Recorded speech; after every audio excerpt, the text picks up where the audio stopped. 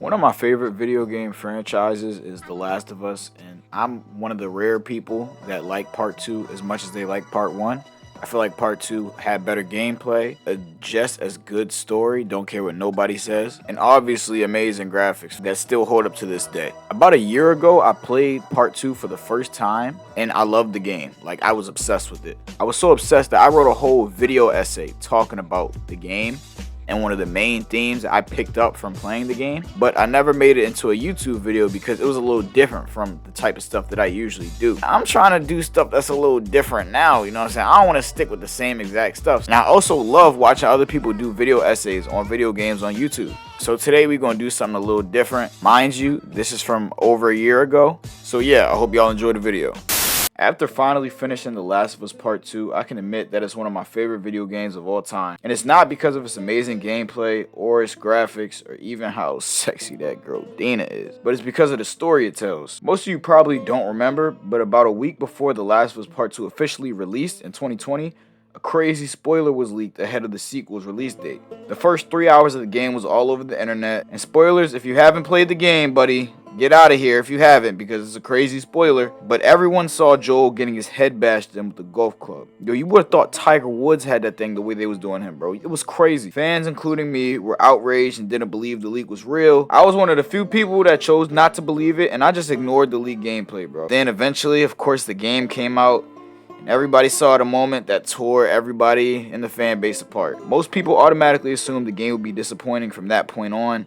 Killing off your main character from the previous game like he's some kind of side character is like crazy. It's a crazy bold move. And not only did y'all kill him, but in the first 3 hours of the game, bro, the balls y'all have on y'all. Like, Naughty Dog, you're wildin', bro. That's crazy. When I first saw Joel's death on YouTube, I immediately decided not to buy the game at the time, but I really wish I would have bought it sooner. The Last of Us Part 2 is a story about revenge, grief, love, perspective, forgiveness, and many more themes that our brother don't feel like mentioning right now. But the theme I'm going to be focusing on today in this video is fear. In The Last of Us Part 1, we hear Ellie tell Henry that one of her biggest fears is to end up alone. She says everyone around her either leaves or dies, but that's until she meets Joel. Joel offers something to Ellie that she never had before. A parent, a father figure. Even though he doesn't claim her as a daughter off rip, we can see over time he begins to treat her more and more like his own. All the way up to him deciding to save her instead of the rest of the world. A lot of people don't like the decision he made, but if you put it into his perspective, he saved his world. His own world.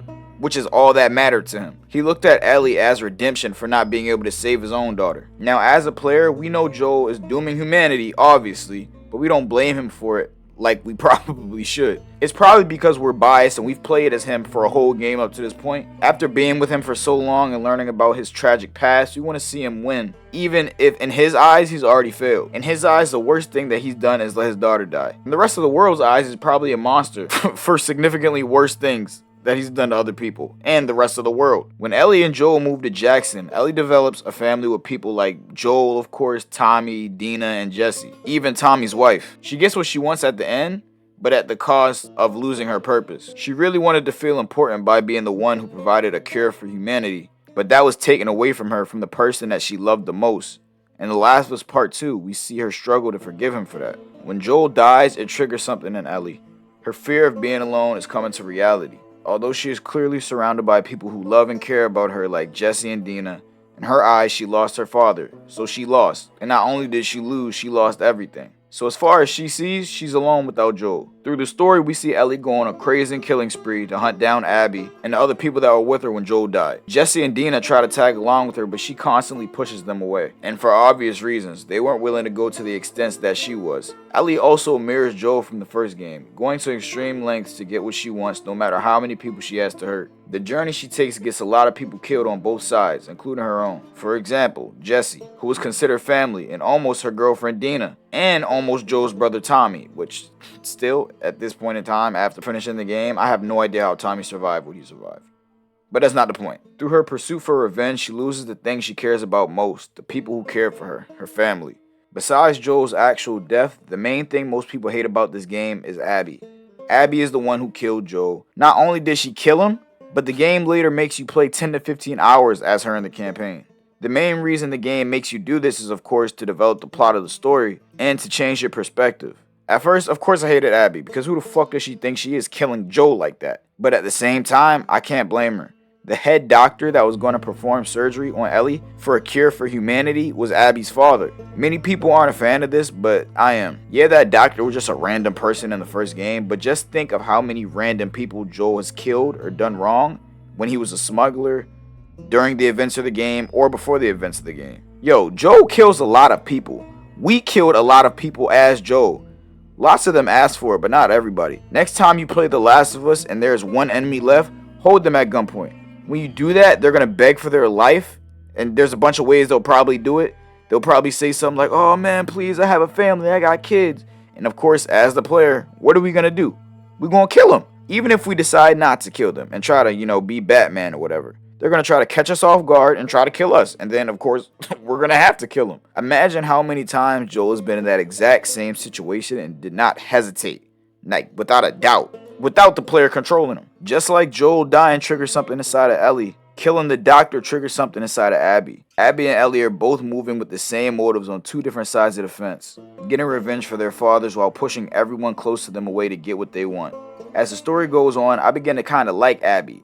Kind of. I tolerate her. But to be honest, as much as most people don't want to admit it, she's been through a lot of the same shit like Ellie. She doesn't say it out loud, but we can see that she shares the same fear as Ellie. She doesn't want to be alone. Ellie brings that fear to life for Abby, and Abby does the same vice versa. The fear of being alone.